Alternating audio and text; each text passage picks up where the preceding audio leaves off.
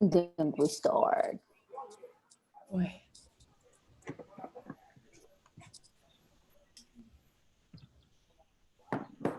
Oh, wow. Multiplicity. Like Jetsons. Multiplicity. Oh, I'm getting echoes. Okay. Yours, Peter, is there. Yeah, so all the co-hosts should have ability to mute yourself if you're not speaking, and that could help with echoing. Yeah. I'm gonna mute myself.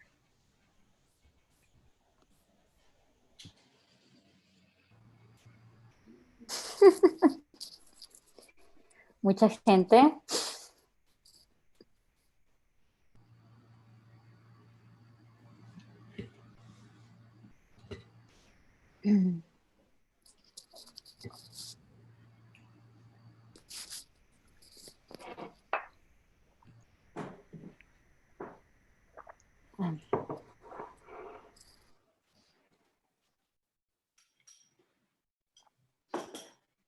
Okay.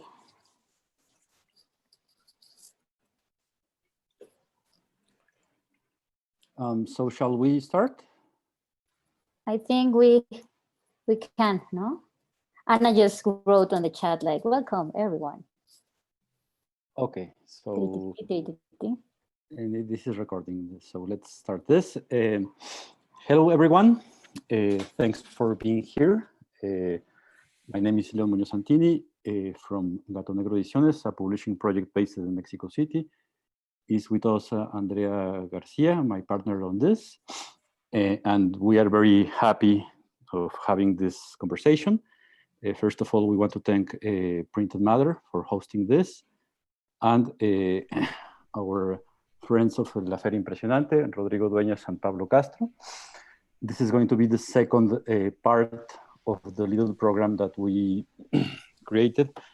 The first one took place last weekend, but was online, I think, since yesterday, and was a discussion in between different publishers and agents in the, let's say, creative activism in Latin America. I'm gonna tell you a brief background of how this started. At the beginning, this was intended to be an exhibition on the LA Art Book Fair of the book that of the publications that we did at the beginning of this year.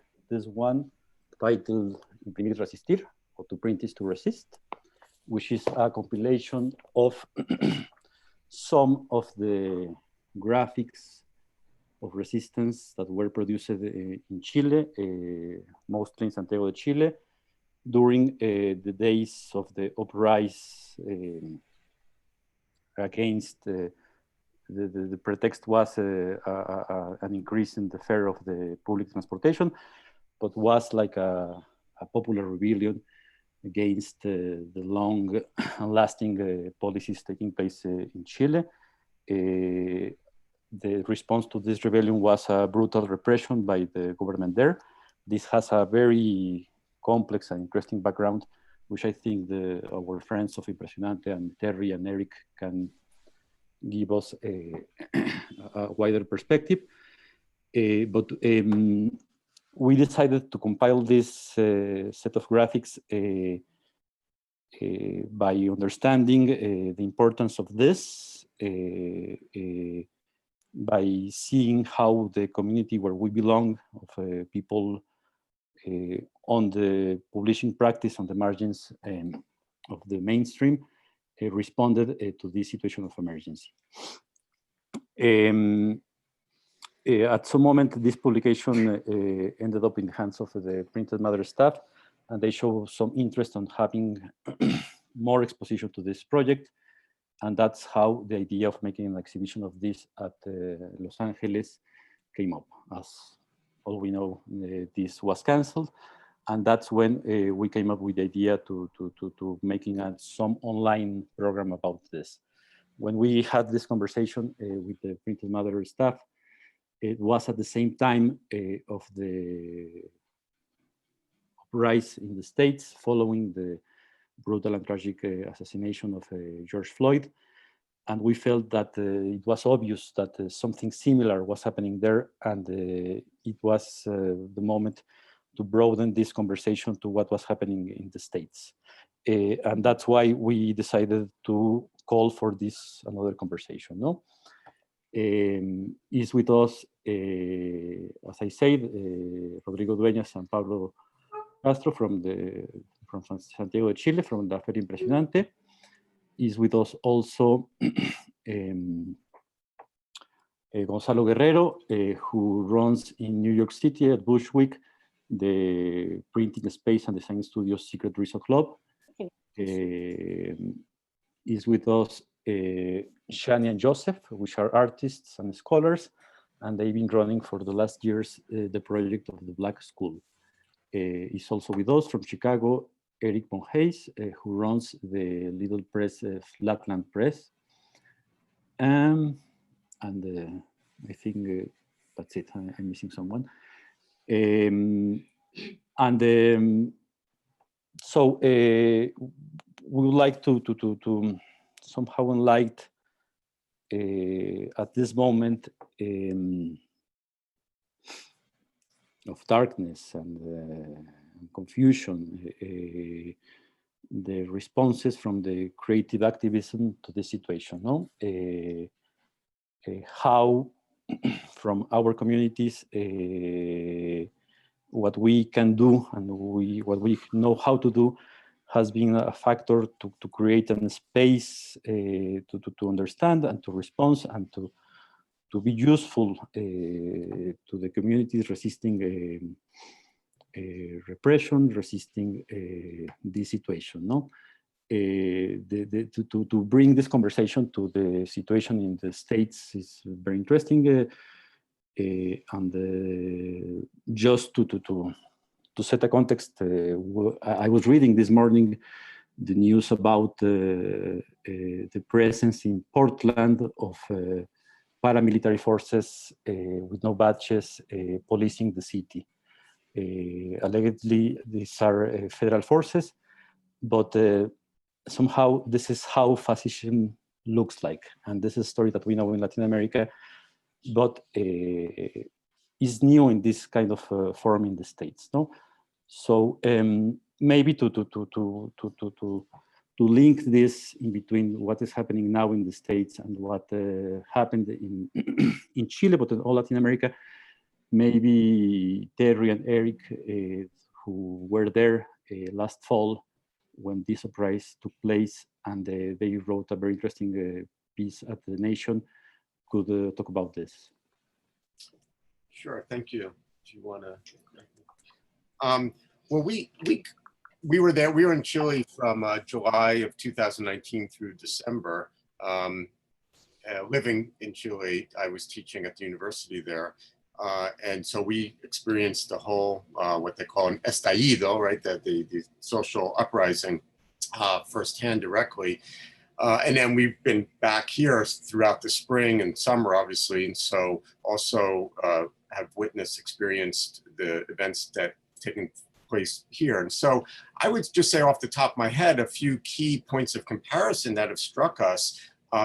One is this idea of estallido, of an explosion of a waking up. In Chile, that the slogan was Chile despertó, Chile awoken. And this idea of being awoken is similar in language in the US, this idea of a woke culture, of a waking up, of a shift in consciousness. So I think that was one thing that we saw in common. Both movements are also anti-systemic movements.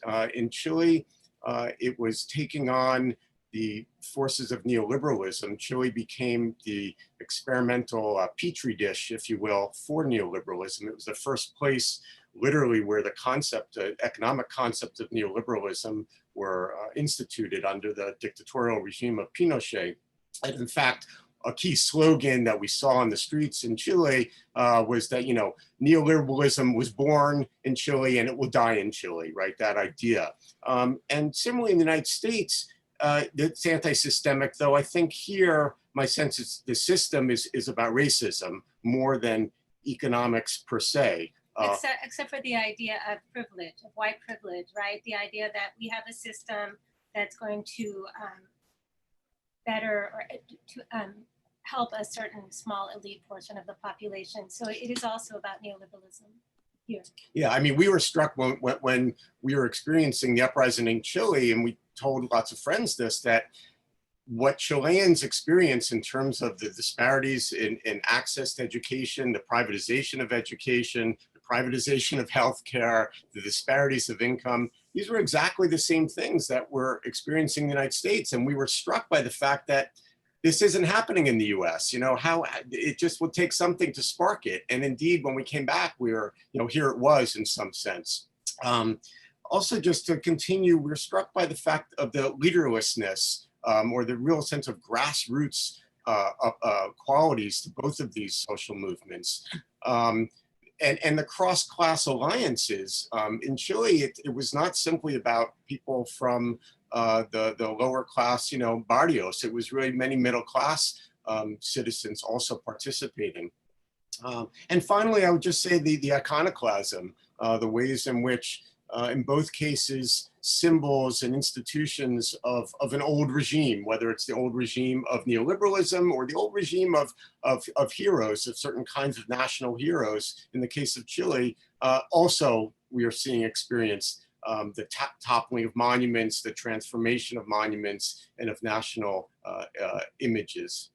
And I would add one of the central themes in the Chilean social uprising was dignity, dignidad.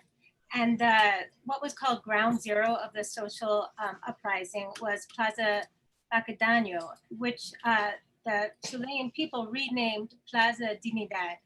So can you see that? Yeah. Yeah. So so that was the central theme of the movement, and they were talking about the right to live a dignified life, meaning the right to proper childcare, education, healthcare, a pension, the right to dignity. And it seems to me that the Black Lives Matter Say Their Names campaign is all about dignity. It's about recognition of the full personhood of Black men and women who've been killed by the police, about recuperation, and it's about memory. So I think this idea of dignity has really been activated here as well.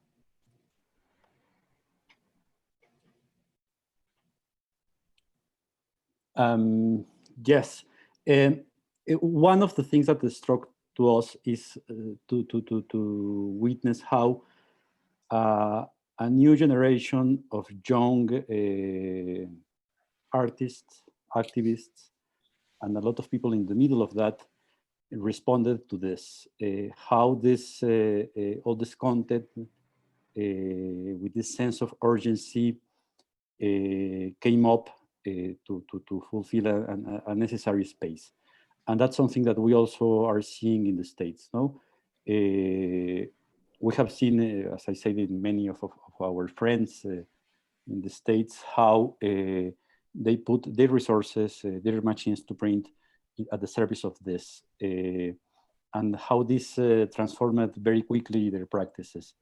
I don't know if maybe Eric or Joseph or Shani can tell us about this. I don't mind. It's part of my practice, part of Flatland practice is to always try to make the invisible visible. So I'm always trying to work within our community to give people access and to press and the things that come around that to help them find solidarity. So can you not hear me? Okay, sorry, I heard a hello. Okay, there's been an ongoing struggle here in Chicago that we're dealing with, and it's just in the pandemic just exacerbated what was already going on here. So what I've seen is solidarity around the idea that we have to get some of these things accomplished within Chicago, and dealing with defunding the police, just our justice system in general, the defunding of our schools, Right now we're dealing with students being pushed back into schools that don't even have healthcare providers, like even nurses or anything on school grounds. So there's not anyone to even go to if they need help. So these conversations were already happening. There was a teacher strike. There's a lot of things happening right before the pandemic. So like speaking locally, this was seeing the yet another Black citizen assassinated on and then like broadcast it was just another wave. So there's the media aspect that's going on where this is Floyd, and Floyd of course galvanized people, but there was a lot, it was there already. I mean, I can list numerous, which I'm not going to do because it's just, that's a whole, we can just speak on Chicago. I mean, we have a Black site here. We're talking about Chile. We have a Black site here where people are taken without habeas corpus for over a decade. There's billions of dollars our police department pays out, and torture fund, just torture alone. They actually put a per capita on torture because they were beating people so much. So this was just yet another form of anti-Blackness. And the youth, in my opinion, the youth, this is more about the youth taking the reins and having agency, having all these tools, and not having the weight of having to make capital. See, the problem was no one was working, right? So they don't have anything no one had anything to strive for in the youth and here in Chicago. And then they made the mistake of beating people, trying to do shock and awe. They allowed us to go downtown. They closed up all the bridges. They started beating people. They locked people up. You can look at the stats. You can look at the stats. They lied for weeks. You can look at the stats on who was actually arrested versus who was looting. So for me, I guess right now, the free press is really important and doing my part because there's disinformation and it's like out here everywhere. I mean, like it went from the G5, when the first pandemic hit, they're telling people just to stay away from towers, to the looting being primarily what people are doing. We had cops that were taking naps in Bobby Rush's office while the city was on fire. It's on video. They ate popcorn, they made coffee, they took a nap. So this is the surreal era we're in. And I feel privileged to have the ability to help give people voices, but the youth are just not, they're just not sycophants. They're just not ready to like sit around and wait for what they know is not coming. I mean, even like a historical environment we live in tells you that it's eat or be eaten, right? I mean, on the streets, they say things like your food, you know? So I'm just happy to be able to give agency and like actually be connected with other national groups that have Riso. Like there's a Riso group I was attached to that helped me reach other groups within Chicago, because Chicago is so large and it becomes really tribal. Like it becomes very local because people just don't expect to get a lot of help outside of their neighborhoods. And to make matters worse, there was the illusion of separation between the Latino community and the Black community initially when the riots happened, when the riot aspect happened, where there was gangs supposedly in certain neighborhoods. I'm not going to name people, but they were literally, there's photos of them actually working with the police and just beating and attacking Black people on site, trying to incite this like this difference between the two groups. So luckily, I mean, I live in Pilsen for like 20 years. It's a very diverse community, but it's primarily Latino. And so I have a lot of friends from Nicaragua, Cuba, like, you know, Colombia, Mexico that I've worked with for I don't know how long. And so it was natural for us to make some counter information and get out for solidarity with the marches that happened the next day. And I'm just glad to be able to do those things. They're small, I know, but I think they, you know, having that immediacy, being able to, like we're talking about the urgency of print, right? So to be able to give people the next day a couple of 100 posters and they could do their whole whatever campaigns, but show solidarity, black and brown pride, you know, not this other image that was being projected overnight that like, oh, the Latins are just gonna beat you and like this and that, and to actually show that we're on this together. But so I was happy to be part of that, and every day is different. It's so crazy that I'm just happy to be able to, like I said, have some agency in this madness. I feel like I'm over talking, sorry. I don't know if I answered. I feel like I don't know if I answered or not. I guess we'll hop in from the Black school. Our resources as far as print kind of revolve mostly around screen printing. We do a lot of screen printing workshops with our young people. And in the past, has been an opportunity for our young people to identify issues in their communities.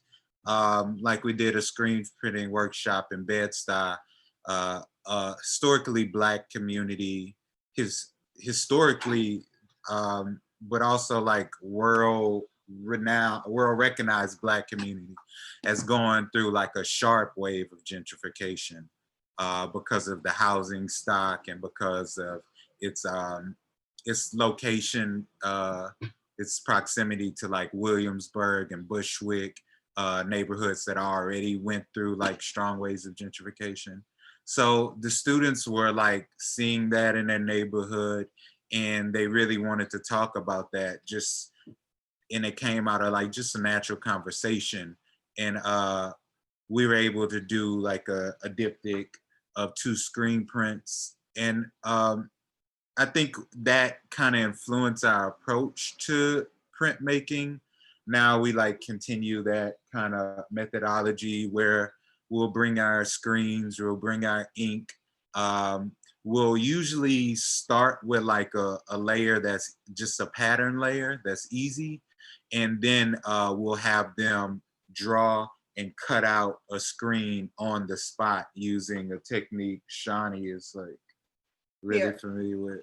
Just like cutting from vinyl, so that we're able to pair, showing them what a properly exposed screen looks like, and kind of front loading a design with something that's kind of already formalized and worked out, and that can also unify different prints that students in this new room will make, and then pair that with a layer that they're hand cutting.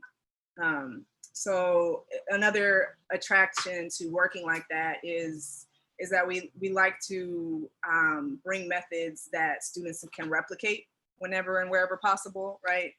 So the fact that we work the way we do and the way we have here in New York for the last 4 years is a product of like limited resources, limited space, right? Space in New York is virtually impossible. So we're always partnering and coming to where the students are. So we have to be able to bring our print workshops there. So that's one way that we make screen printing happen. We do a lot of lino cut work. We've done like some transfer print work, but things that are kind of easily mobile and that we can show in part at least how students can do on their own, like in their homes. And back to that parallel of the students lacking resources and us lacking resources, we screen print here in this apartment using the bathtub, but acquiring those skills of how to make it happen on our own helps us to show students how to be able to do it for themselves also. Yeah, so I think we see printmaking as like a means of self-determination and like immediacy, like Eric was talking about. And also something tactile in an age that's so increasingly digital. True, yeah. Students definitely really latch on to working with physical paint, to making something with their hands. Mm-hmm. Well, I wanna, can you hear me? Yes. Just like,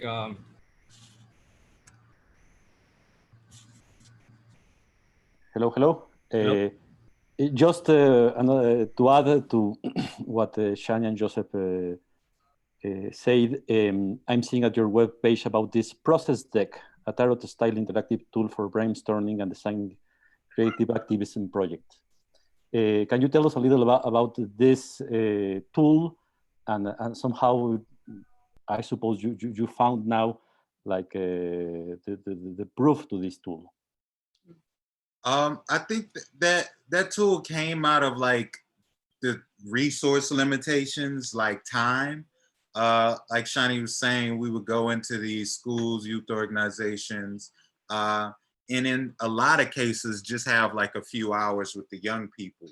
And we're always teaching art from this perspective of radical Black politics and radical Black history, which is like undershared, undervalued history in our country.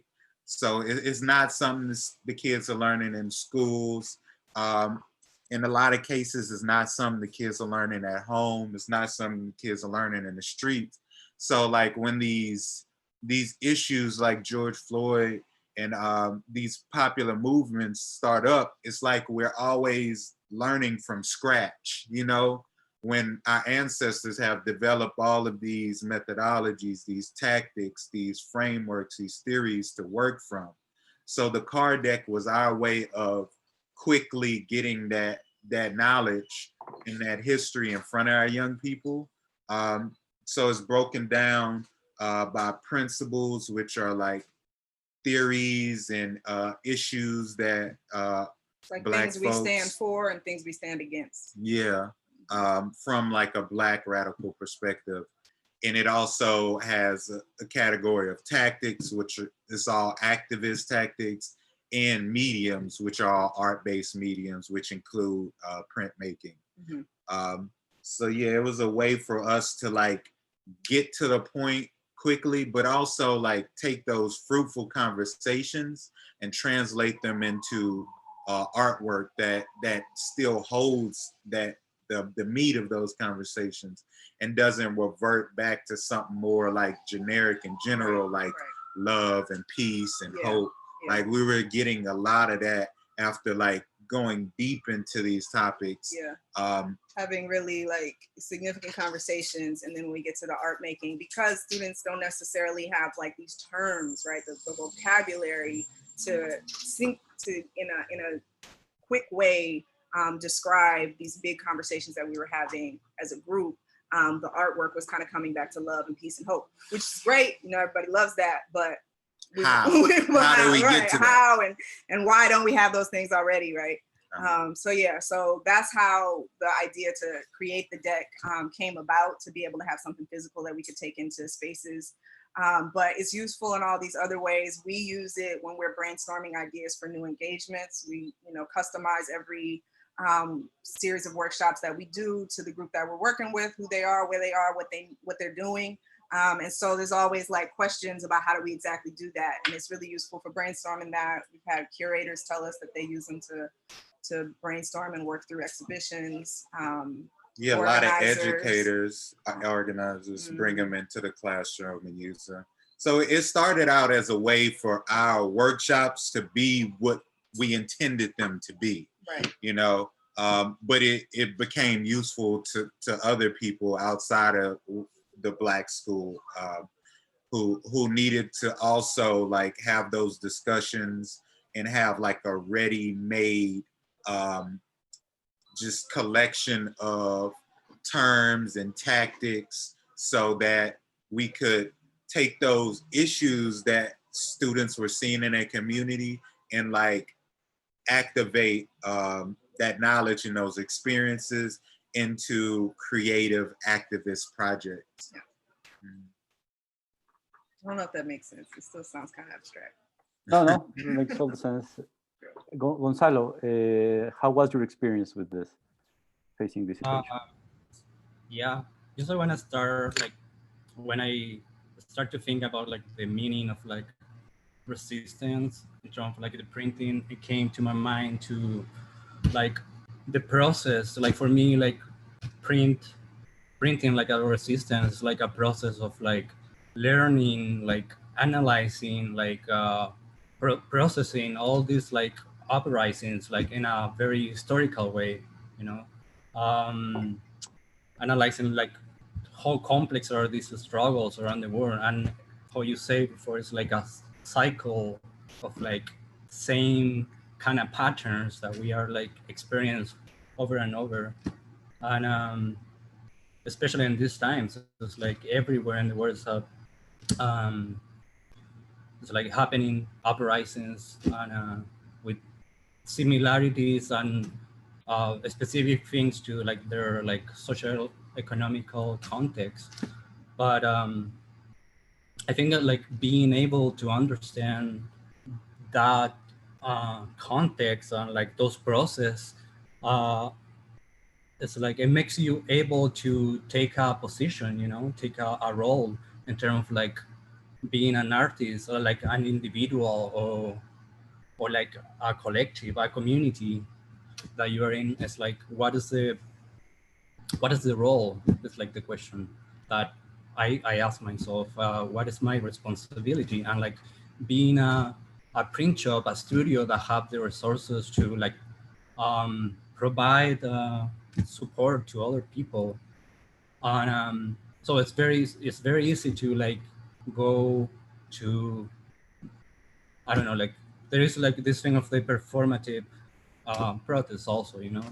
And when you take the decision of like, it happened to me with the Chilean protests, that I experienced the Chilean uprising, El Estallido, being here in New York. And it was like following from my phone. It was like very bizarre in some way, very strange. And it came with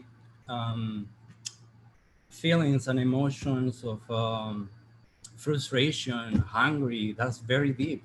And it was like 1 or 2 weeks of like being lost and these thoughts, talking with friends back there, like feeling with your tight hands because you can do much from being far.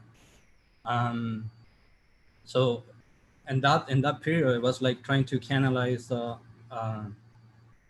energies and trying to find solution. It took me a couple of days or like weeks actually, and it's like so draining. And so like an action at the time, it was like this sense of urgency of like doing something. Sometimes like because everything is like very paralyzing in some ways. Sometimes it was like my decision. It was like make some like pamphlets, a first flyer that was against Piñera. That it was very visceral, very with a lot of hungry on it. You know, it's like renuncia Piñera. It's like a dictator. Taking like some of the slogans from that I saw from the street, from social media that was like happening. I was like documenting every single, I'm still doing it, every single sign that I saw at the moment. And yeah, very similar like the project, the book. But yeah, then in that moment, it was like deciding of like taking action online. That in some ways is, for me, is like just, it works to disseminate information, learn sometimes, organize. But I think the more direct action is like the way to go in terms of like a more real impact, like the physicality of like a pamphlet, a poster, a print. Yeah, so and from that sense, like the role that I took with Secret Riso Club, it was like also opening the space for other people who, like Eric says, like a platform. So it's like the printing coalition that started from the Black Lives Matter movement. A couple of weeks ago, we have been like providing like free printing for like many amazing projects, many amazing artists, and like very fast. It was like the first 2 weeks we print nonstop every day, like 100,000 of copies of different materials that were like distributed and mainly in the streets, protests or dropped in like different places. Yeah, I think resistance and the printing is like also that immediacy and the importance of like open the resources to amplify other voices.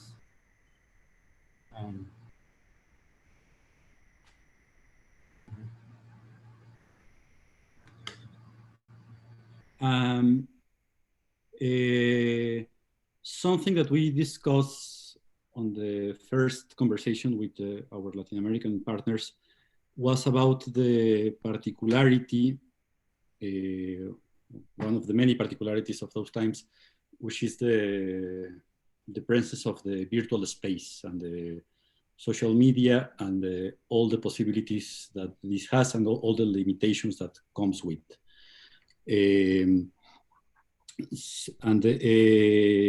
Somehow this allows a lot of people with a single voice to magnify that voice and to be heard in some way or the other. But also can be the risk of this multiplication of voices play against to have a single voice. As Shani and Joseph pointed out, there's a genealogy of tactics of resistance. How do you see and how do you operate on this thing that you can mix printed stuff with social media posts and how this operates? Yeah. We did. We actually did a workshop last year at a school that we've worked with before. So we had a really good relationship with them, and were able to kind of pre-work through some like nuanced things where they definitely wanted screen printing to balance out what was already being taught to their students. But the students were interested in doing something that was social media related. So we screen printed posters, but we intentionally printed them as squares, so they would directly work in the Instagram context.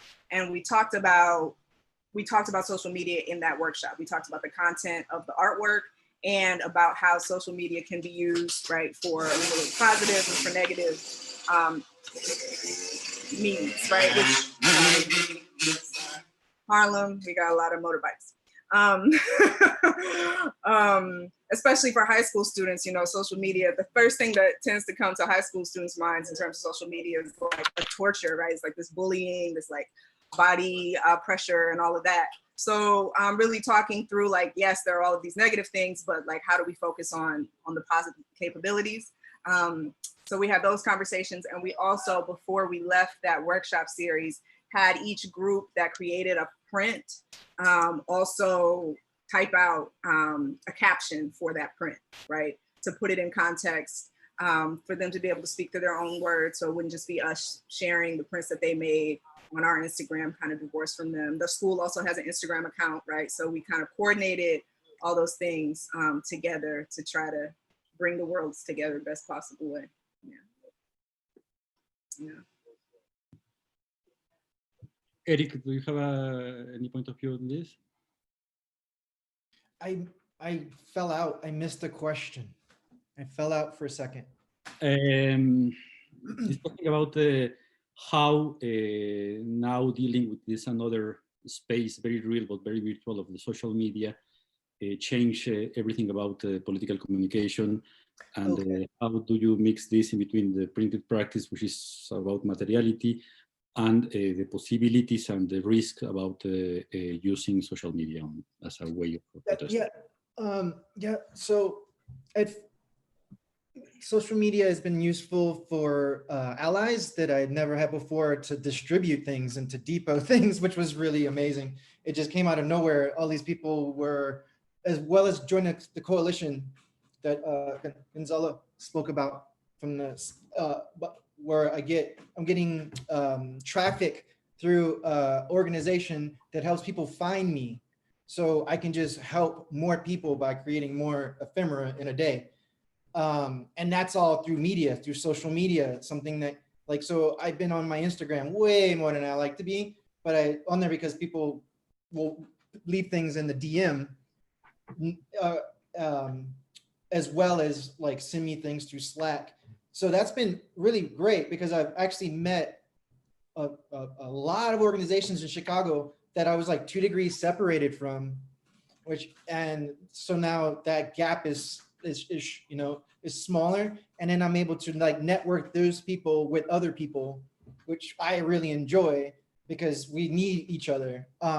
This last week I've been working with a movement. I guess this is what they're calling it. We're not calling it an organization, but it's inspired by the New York Friendly Fridge program, where food is delivered onto sites that donate BTU and refrigerated vegetables and produce so that people can eat daily. And so we adopted that, got a blueprint from them, adopted it, did some changes because we're in Chicago. And so I've been printed collateral for that this week in Spanish as well as English, and depoting it. And what the social media does is it allows me to have contactless pickups. First off, I can arrange for things to be put places. And over time, we've developed a larger satellites of places where people can pick things up from. And also I'm printing things and leaving it at support systems like the Read Write Library or Pilsen Outpost in Pilsen, the Inga Books, places like this that are also resources for other things. And so it cycles upon itself, and it's created a lot of momentum in a short amount of time. But the print collateral also will mimic what's going on in the ratios for Instagram and the like. I avoid like showing photos of anyone because of threats of people being threatened from being at these protests later. At first I was reluctant to take that very seriously until I started hearing about individual cases of people being wrongfully accused of being places just because they look similar. So even just blurring someone else's face out isn't useful.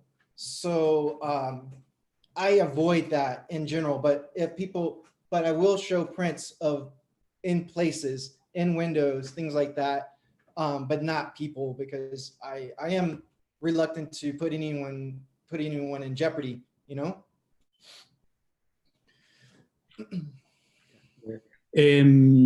One of the, I think, of the conclusions, if any, of the last conversation was that this new reality of social media and the possibility to anyone with a cell phone to have a voice, it comes with the risk of atomization of voices, but also is the chance to voices historically marginalized to be heard. And at least on Latin America, and for example in Chile, this was very important on creating the critical space for the response of the estallido of last year, for example, from the feminist movement, in terms that social media allowed a lot of women, a lot of young women, angry, informed, to tell the experience of how to be at any space, and somehow that moved significantly the political debate in Latin America. And I would say that nowadays is stronger than ever, the feminist movement. I don't know if Pablo, Rodrigo, or Andrea can tell us a little bit about this. I just want to add to what Eric was saying about the possibilities and also the risk of using social media when you are gathering or planning strategies for manifestation. Because, for example, here in Mexico, it's very difficult to try to organize that in the sense of at the same time being protected. So the discussion now, it's also how to create this new media methodology of taking care, you know, of the people that are part of some group, or when you are develop some strategies or some kind of gathering. Because yes, at the same time, we can use this amazing tool to, you know, to make visible things that now we can be like journalists, you know, like you can be a witness and then you can have the content out there so easy. But at the same time, we are being targeted because now it's easier than ever. You can just, I mean, there's a lot of technology for searching faces. And so, for example, we have also in Latin America, the green scarf. We use it to cover our faces, for example. And that is tricky because police,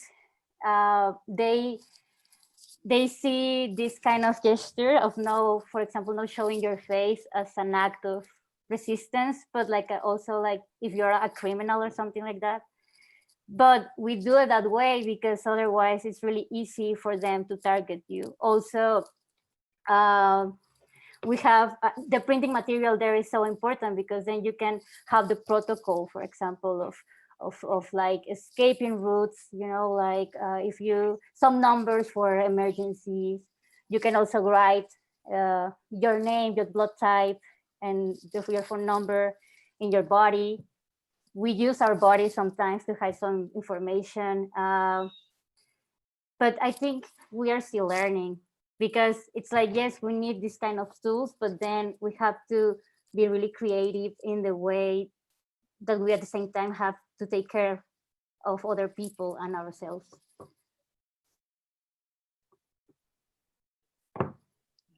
I think in that way of self-care. The other day we were talking on here in Chile. We started in October using a face mask.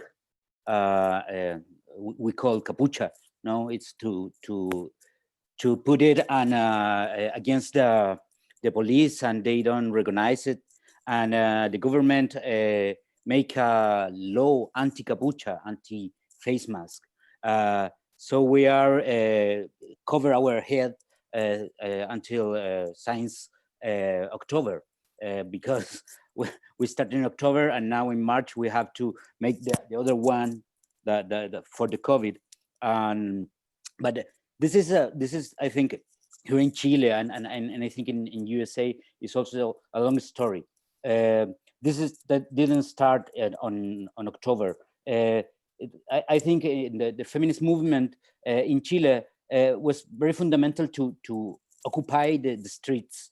They are fearless. It was a movement that take the streets and move it and use it the force horizontally. No, each one's is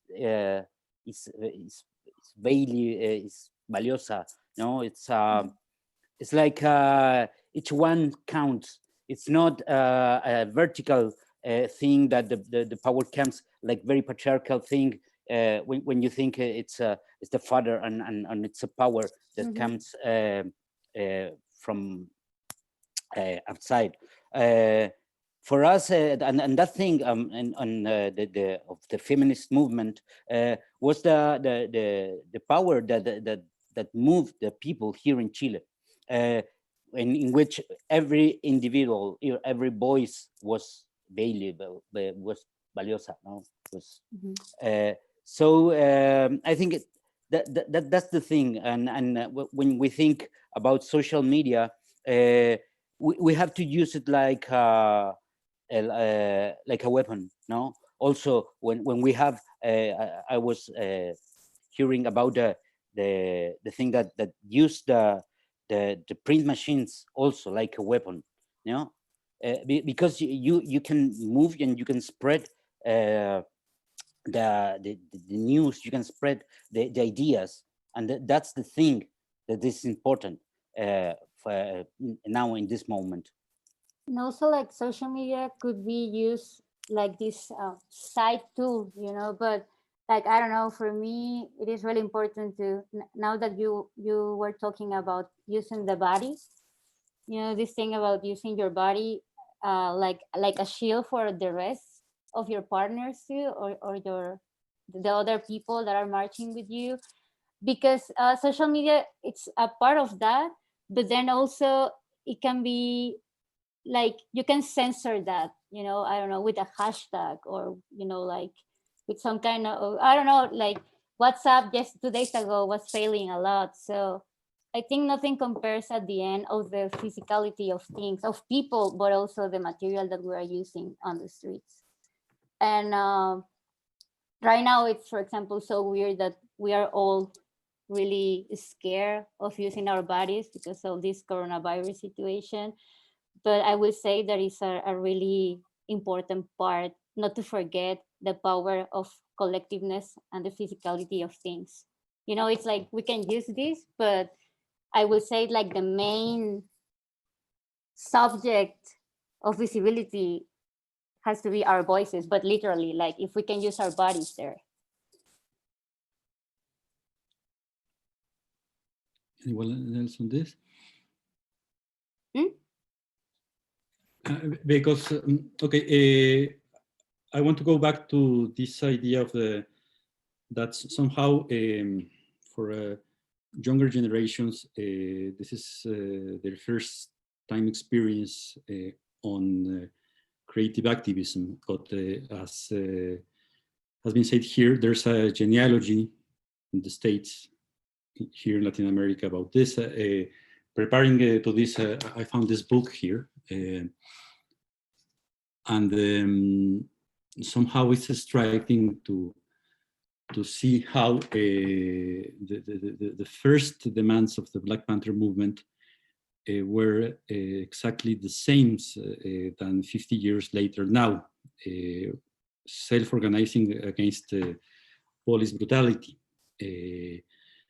And I don't know, Eric and Terry, that you know this genealogy in Latin America, if you can add something about this. I'm not sure if I understand the question entirely, but in terms of the references going back to the 1960s and 1970s, in terms of graphic imagery being reintroduced into the graphics that we saw certainly in the Chilean context and arguably to some degree in the US context, I think that's true. I mean, one symbol in particular that's been circulating a lot in the US context, but was also apparent in the Chilean context, was the raised fist, which that stylized graphically goes back to Students for a Democratic Society, and and then gets transformed into a Black Power fist by Emory Douglas and others. So I think there are those kind of roots. I mean, also I'm sure some of the Latin Americanists are familiar with the posters by Oshpal, the Cuban posters, and which worked a lot with pop art imagery and used references from pop art to introduce a kind of wry, a cynic critique of consumerism, but also of imperialism and anti-Vietnam, war, etc. And that same similar kind of approach was introduced by various paste-up street artists in Chile, Fabian Cirolo and Kaosama and others, who used images from pop art as a method of critique. Did you want to? Well, and what's interesting is how much police violence is behind the protests in Santiago. And here, in the context of the social uprising in Santiago, there was tremendous police violence, violations, rapes, and particularly a kind of unprecedented violence of shooting people in the eye with rubber bullets. But these rubber bullets were encased with, they were made of like 80% metal. So people were either injured or blinded. And as of February, there were over 400 eye injuries and over like around 40 cases of people losing their sight or having their eyes burst. And so there became a huge motif of eye violence in the protest graphics themselves. It was incredibly powerful. Is this visible now? Yeah, So this was one of the most powerful graphics that we saw, which has a sort of cartoon-like girl who says they're taking away our eyes because they know that we have opened them. So that goes along with this theme of Chile, waking up or opening their eyes, or this consciousness raising that we see in the United States context as well. And in the background, you see these you know, police aiming at this girl who's got her hands at her side and a face patch on. And also what was interesting is that all of the existing statues, all of the existing graffiti was then marked up. So everybody was, their eyes were marked up or marked out or patched.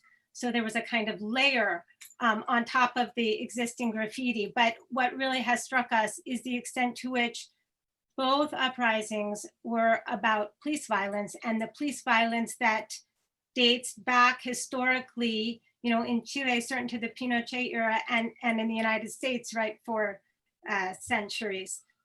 So that was just a similarity that struck us. Another similarity is this, that on both cases, the statues became targets of the movement, no?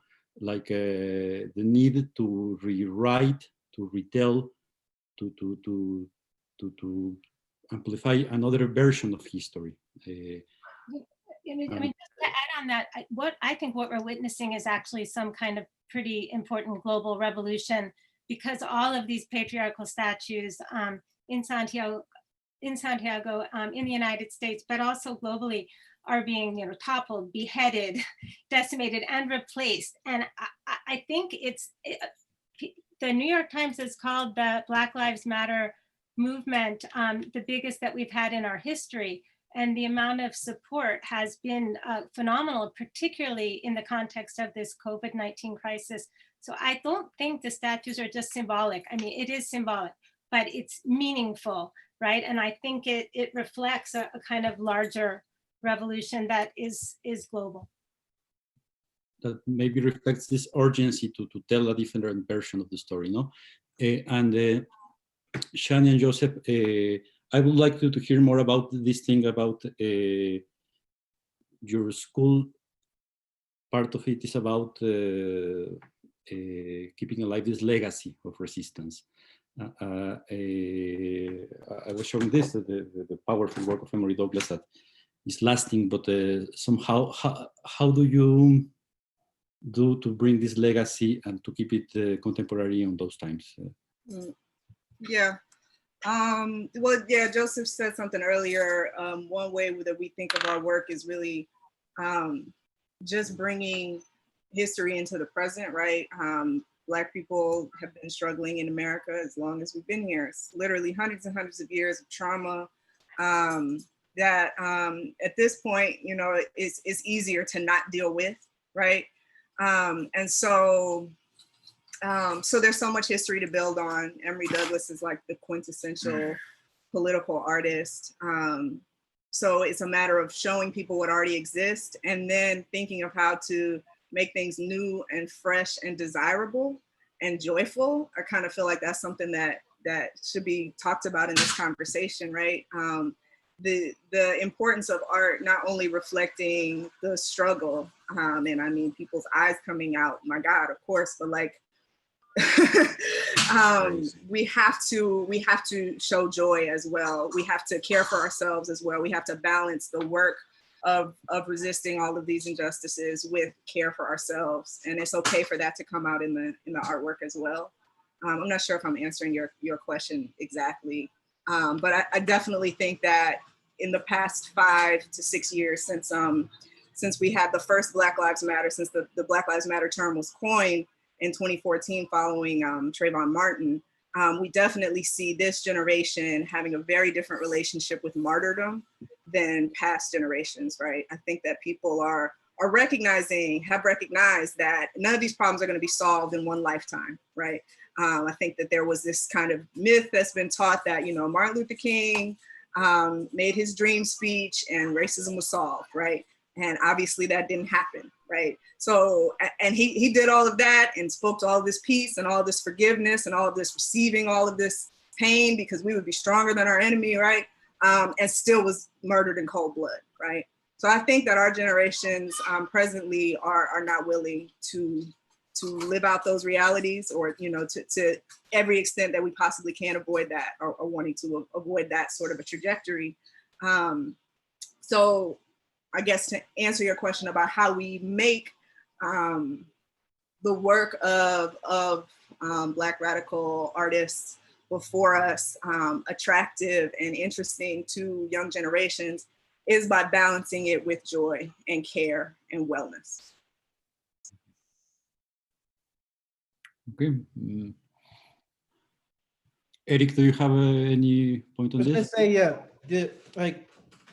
the only thing that's adjacent with the movements is being the anti-Blackness aspect in America, in my opinion.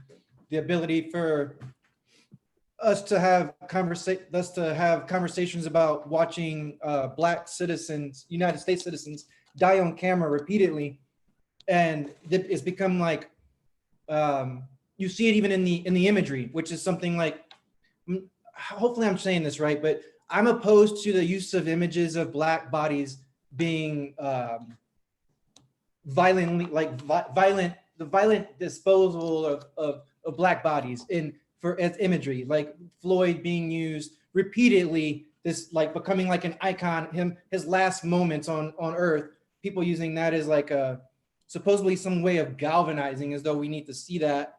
To me, it's just another form of anti-Blackness. So as a Black printer, and I focus on trying to help our allies understand that some of the things, their ability to dehumanize us, but not realize that they're doing that for the sake of, I guess, martyrdom, is actually not very useful. It's just sensationalism at best. So I guess I'm just trying to piggyback on what the Black school is referring to as health. Like, I know I have to give praise to my ancestors because I come from a family in this environment that is healthy, mentally healthy. So while we may not have had a wealth, I never suffered not knowing that I had the ability to grieve, be upset, and also be happy. And right now, like I said, that's the difference I see between all of these, is like we are also fighting against the concept of anti-Blackness. And you see it's like, I mean, that's a whole conversation we can have. But a lot of times people, I feel, are ally adjacent, use the imagery that is also used to dehumanize us. Regularly, they use the same thing as a weapon, supposedly to disarm the idea that our bodies are not considered as precious as the next man. So I do like to try to create not only work that helps build solidarity around the lack of respect for Black life, but also that we are more than death. We are more than victims, because that narrative is super simple and it only benefits the white supremacist majority to put us in this simple box. So I just, I just trying to piggyback. We can do better, and we are doing better. Right. Like, I'll stop. No. I feel everything you're saying, and like there's a, it's not a counter, but there's a parallel movement coming along with the Say Their Name hashtag was referenced earlier, right? There's a counter movement for celebrating my life while I'm here. I'm alive. Like the fact that Black people have to be murdered in these atrocious ways, and our bodies have to be mutilated hundreds of times before our eyes and everybody else's eyes before anybody cares enough to talk about us, is something that I think that this generation is just finding to be very played out, and recognizing the actual economics within it, right? Like the trauma of the Black body is like, there's a need for it in our society. It facilitates all of these other spaces of operation, and I think we're really figuring that out and pushing the activists past that. They actually make money. Yeah, absolutely. I'm not gonna snitch anyone out, but I know they make money. Mm-hmm. The ads before and after, when they play these highlight reels of us dying, they make tons of money. Yeah. Nobody else dies like that on your nightly news. It just doesn't. No one else. They play highlight reels of you dying, but us. Yeah. And then and it's profitable. I mean, I think, what was it, like a month ago, Fox even showed like a stat on their news about how profitable it is for Black men to die, prominent Black men to die. How the S&P 500 goes out the roof when we die. That's how insensitive we are. That's where we are right now. that you could, that's an actual, that's considered like, I don't know, coffee table conversation. Mhm. Mhm.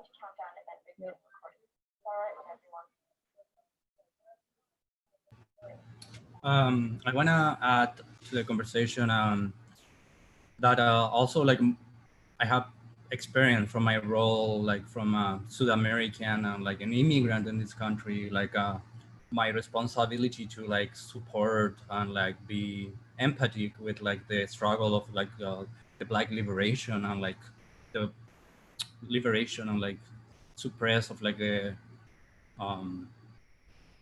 like system of oppression in this country. I have been like very careful in the way what I decide to produce in terms of like printed materials.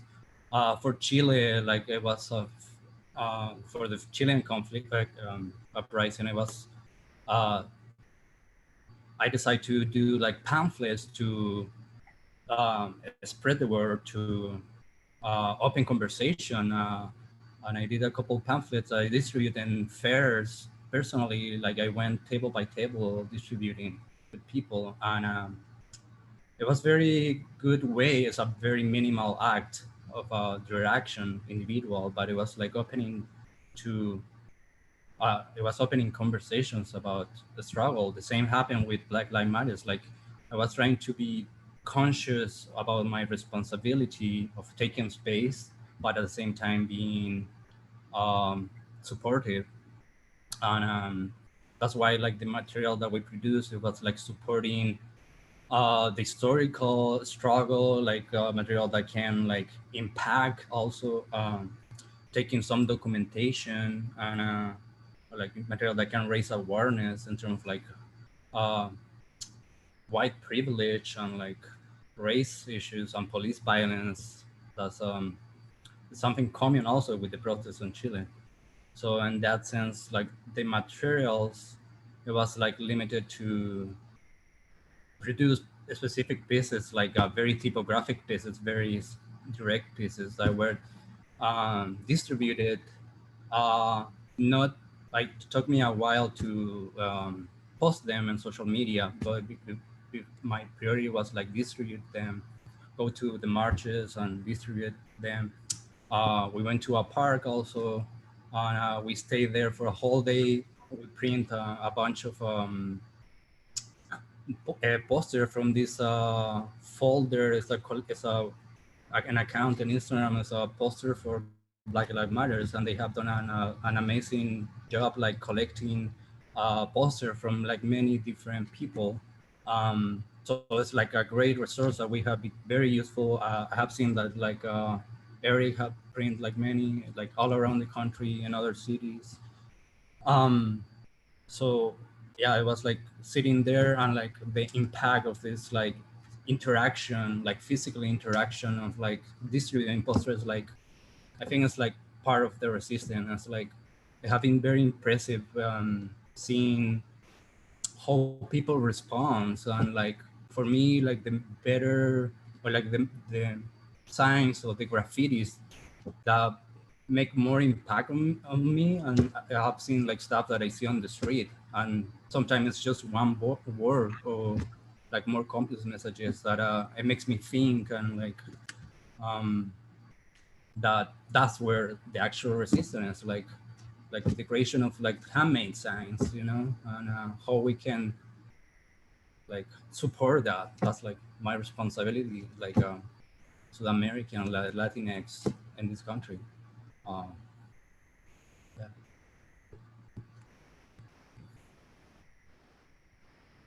Okay, we're going to start closing this conversation. First, here's a question. What does the panel think of political art that is not speaking to or reacting to the daily resistance activities, but rather longer resistance, like months or longer resistance? What do you think about this difference in between respond to the urgency and to respond from a wider or longer perspective?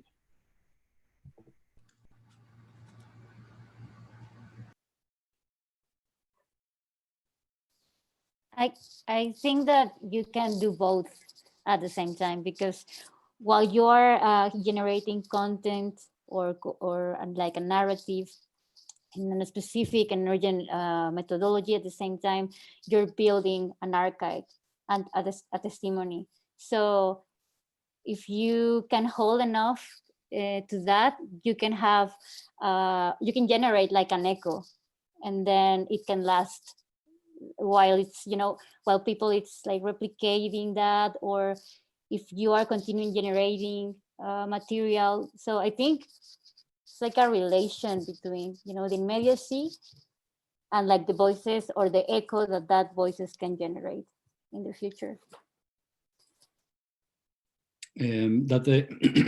For example, for us, our publishing project, I don't know if you know about what we do, but we publish books. That's what we do. And most of our books somehow try to react to our context and to the political ecosystem where we live. But it's not about related to any immediate activism, but to build to the possibilities of the editorial and book language, the memory and the complexity of what's going on around us. No, and maybe for us, we don't have the capacity or the ability of the social skills to be linked to the moment and to the activism, but that's a difference, I think, in between what we do. And for example, the idea of making the book about the Chile graphic resistance was about to start creating a memory about this. Mm-hmm. I don't know. I think it's very relevant to make an archive of all, because make you the perspective to see it. What we do with the publication and also with the website that you can visit, that is imprimirresistir.info. It's an archive, and you can see the urgency graphics, but finally when months pass, years pass, the thing will be here to see again, to understand, to make another look beside of the urgency. So for us, it's both important and both dialogue, the urgency graphics and the urgency art, and also the long-term and the historical expressions, no? To build discourse, no, out of these graphic manifestations.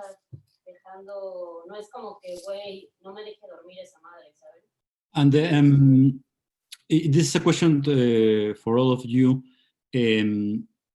What do you see different this time? There is a sense outside the States that this time, because the complexity of the moment, because what it's on stake there, that this time is different, that is bigger, and there is a tipping point there. As you know, you are facing the upcoming months, very important times there, that it's going to be definitive, not only for your country, but for the entire world. That's where it is with the States. How do you see this, this momentum?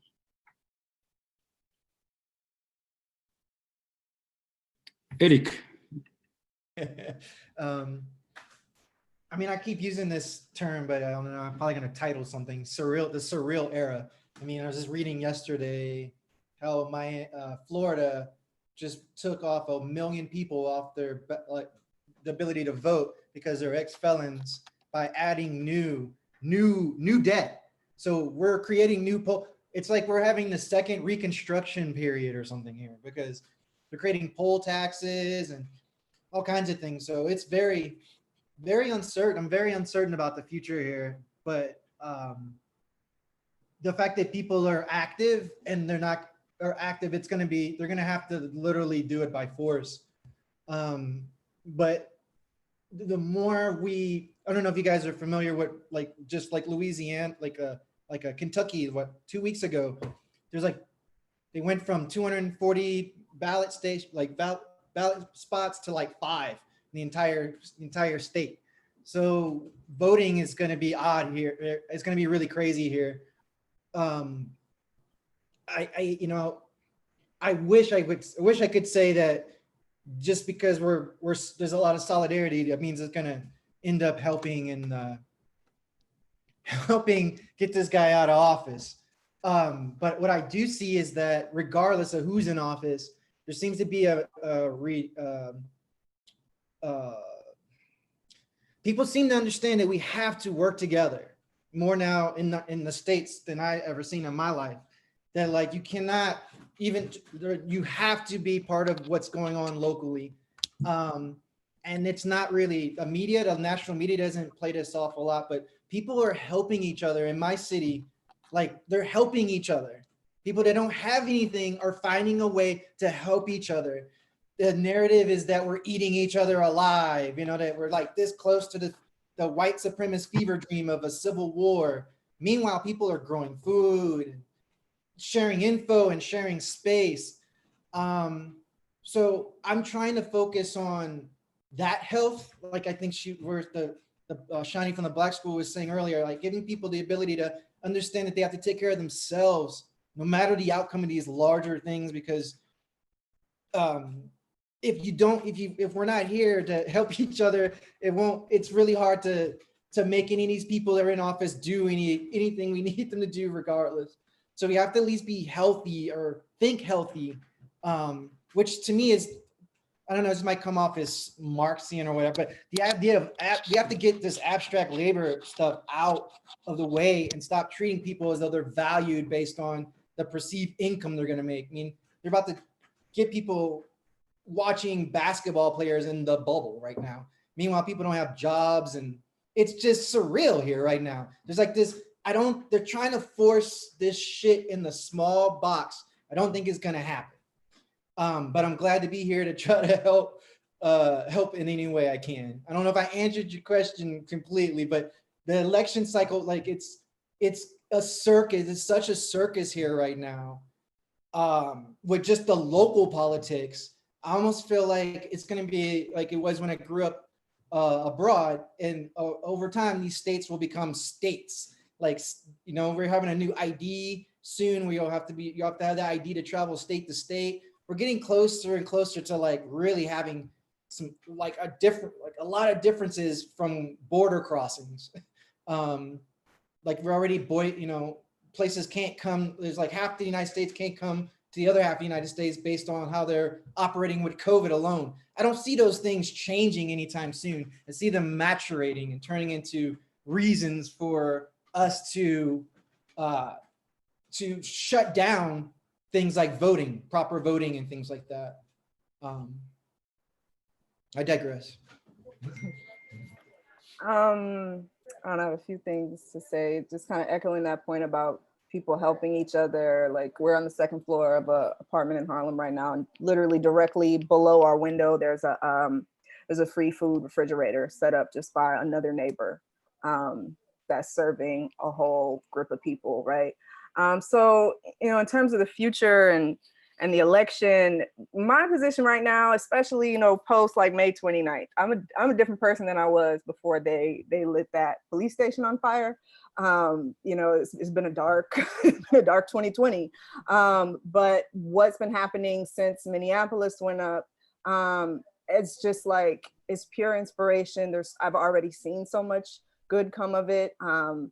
And so for people that are feeling, are just immediately going to pessimism in terms of the election and you know, how, you know, they're just going to do whatever they can to win against, like, I just feel like this is not the time for this. And this moment is the time to get behind everything that people out on the street, out on the grounds are doing, right? It's time to leverage all of this social collective will that is happening right now towards pushing forward these agendas, right? The fact that this global movement has come out of the Black Lives Matter movement is something that I did not anticipate as a Black person that has been following like movements for Black lives for my entire life. I'm honestly shocked that in the midst of a Me Too movement, in the midst of Trump and all of the crazy things that he does and all of the insanely criminal things that he's involved with, the fact that it's anti-Blackness that has galvanized the world behind all of these like intertwined issues, I find to be so encouraging. And so I'm really just interested in pouring my energy right now into really harnessing this moment and pushing forward everything we can in terms of voting him out properly, if possible, right? Or whatever that looks like, and setting ourselves up, like ordering our steps to really redirect things on our own from there. I just say a couple words that, I mean, what has struck us is, and it ties into this discussion, is the transnationalist solidarity that we've seen. And initially, at least coming from Chile to the US. So it's interesting what you're referencing, Shani, going the opposite way as well. But just two quick examples of that, which we're probably familiar with. One is the idea of violador en tu paso. Do you want to just say something quickly about that? Well, De la tesis. The Rapist in Your Path song, that's a flash mob dance that was performed in front of a police station in Chile, and then spread to Santiago and globally all over the world. And it was performed here in front of the courthouse at Harvey Weinstein's trial. But and then a lot of powerful graphics have come out of it as well. And this one in particular really shows you the force of, there's a force of rage, but this is an overturning of patriarchy. And I think a little bit more optimistic that one of the central themes in the Chile social protest was without fear, sin miedo. And I think this new generation, as a number of you have pointed out, they're out in the streets and they're using their bodies and they're using art. And as long as I think we can mobilize people to be creative and to go to the street and make their mark, I see kind of a radical global shift. The fact that the fall of 2019 was full of global protest movements. So there's just something really big going on. Yeah, and just here was another example. So the dog is the familiar Negro Matapacos from Chile, which was a mascot goes back to 2011 actually, but was kind of reincarnated, so to speak, graphically at least, in the context of the 2019 movement. And then somehow leapt across or up the continent, so to speak, and emerged graphically as a solidarity poster in the context of an initial protest against New York police violence in last November.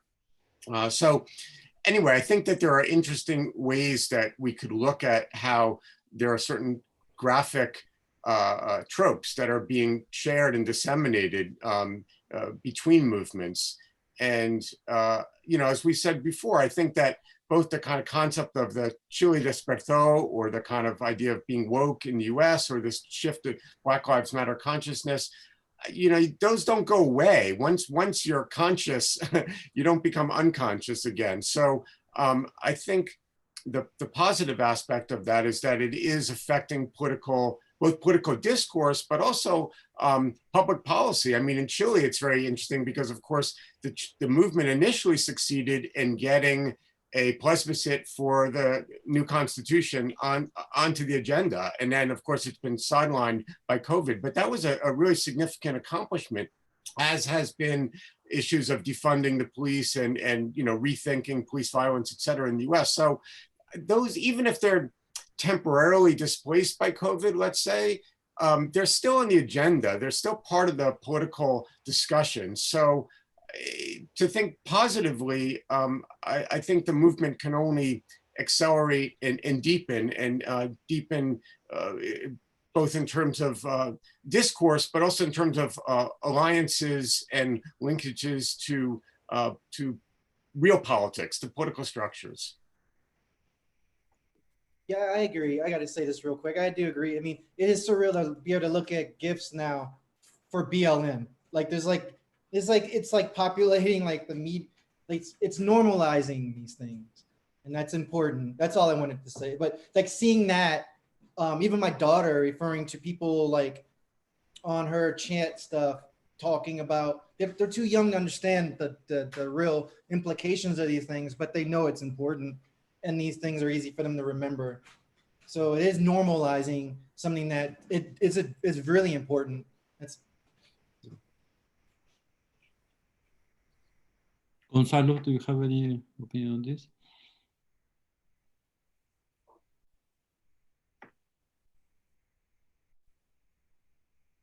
You need to unmute your.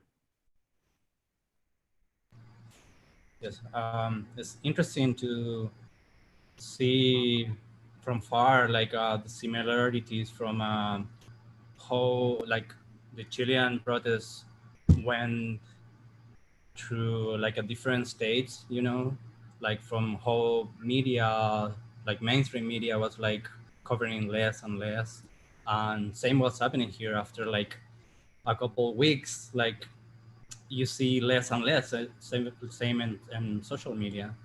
But I think it's important to remember that people still is in the streets in Chile and here. People also in Chile now, like a couple days ago, I saw like people start to go to the streets again.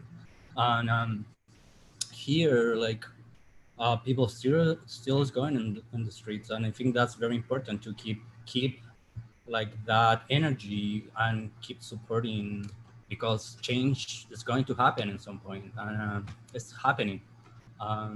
But sometimes it's hard to balance that, like the normalcy, or like get used to like normalizing that some people like when I say like some people go to the street, go to a few protests, and then they forget about it. But yeah, it's important to keep that conversation going on. And I think that's one of the positive things, like people wake up and it's on the air, you know. Now we need to keep working and and make that change.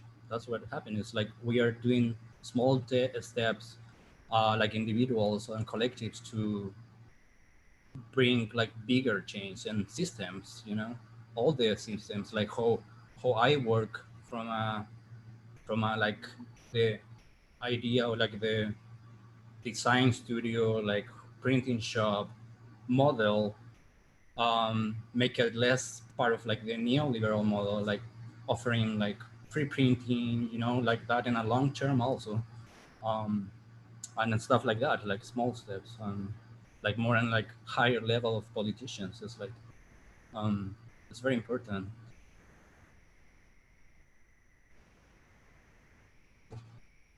Eric. I have to say this really quick. She was referring to the Friendly Fridge program, and there's a parallel between that and the Black Panther Party was primarily like women. A lot of the men get a lot of the credit, but right now a lot of the organizations and things I'm surrounded by is predominantly women that are making these, that are doing the admin and things like that. I just wanted to make that point. So there's like a naturalization. It's a natural order happening of people, like, and I don't know if it needs to be stated in the work itself. It just needs to be acknowledged that these things are actually happening.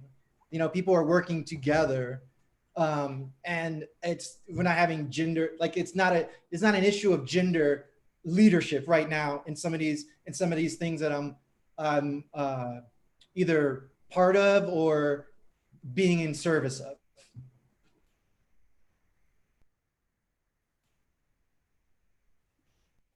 Okay. Anyone else?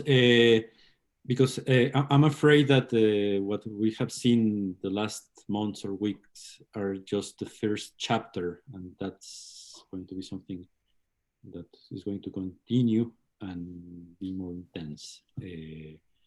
And somehow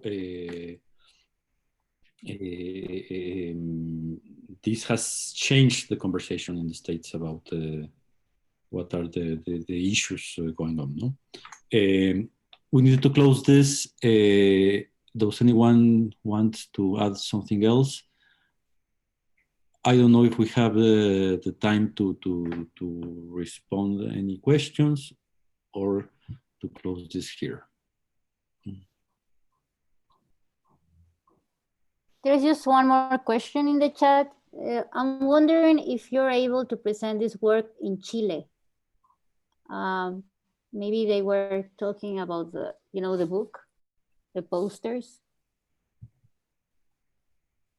This is a question out of the chat. All the works comes from Chile. It's funny because yeah, the region is from Chile, and the originals of all that work is from Chile. And it's already displayed on the streets. Yeah, you can go outside and you can see it. And we're talking now in Chile a lot about it. And it's an honor for us to present this work to USA. No, it's the other way. Mm-hmm. Just we're really excited to see this book. We haven't seen it yet, but as Pablo knows, as we talked with him when we were in Chile, Terry and I we took over 1,000 photos of the walls of Chile, documenting it at each stage. And we are working on a book under press with Bergen Books in Brooklyn that will be published hopefully in this coming year. We'll turn it in for September. We're almost done with it, which will analyze probably over 100 images in the book, focusing on Chile, on the Chilean movement, but trying to put it into a larger context as well. So yeah, we hope to have that out soon. It's a lot of work, and it's a lot of pictures. Terry have a great collection, and also we would like to see also all the graphics that came from the Black Lives Matter movement. Maybe we can trace some things in common. I just want to say I really appreciate the opportunity to talk to you all. I apologize. I'm like making noodles for my daughter and opening boxes and all the things. So I'm a bit distracted, but it's, it's always beautiful to be able to just exchange and hear directly from other parts of the world, and to learn what you all are doing. And I look forward to seeing it through the work as it becomes more available. Thank you. Yeah, thank you so much for everyone for the opportunity to participate and to hear from everyone. Appreciate the opportunity, Printed Matter. I appreciate the opportunity to speak to you guys, and I'll be bugging you all now. I'll be emailing you all because I look forward to seeing where this goes, and like the next time you guys discuss this stuff, what has changed between now and then. And because momentum, there's tons of momentum. So I see the conversation evolving quite a bit. Thank you. Yeah, thank you for inviting me, Printed Matters, and like Impresionante, Rodrigo, and Pablo. Thank you. We hope to see everybody in Chile, and when we can go back to playing to the every country, yeah, and thanks to Printed Matters for the other thing. Thank you so much. So, I wanted to say one other thing, sorry. One of the ways that the main way that we're really trying to harness this moment is we're fundraising to build the physical home for the Black school that we've been working towards for the last 2 years. We're making good progress. We're just about halfway there. So hopefully in the next 2 to 3 years, you all be able to visit us in New Orleans, where Joseph is from, and we'll be able to see some very tangible outcomes of this moment. So we invite you all to follow us along on that journey as well. Yeah, and thanks again. Yeah, for sure. So we're closing this. Thank to all the ones that participated on this. We admire all what you do, and this is an ongoing conversation, and for sure we will have the time to repeat this hopefully on a happier circumstance. So thanks to Printed Matter, thanks to Impresionante, to Eric, to Terry, to Eric, to Shani, Joseph, Gonzalo, Andrea, and Hola. So Bye bye. Bye.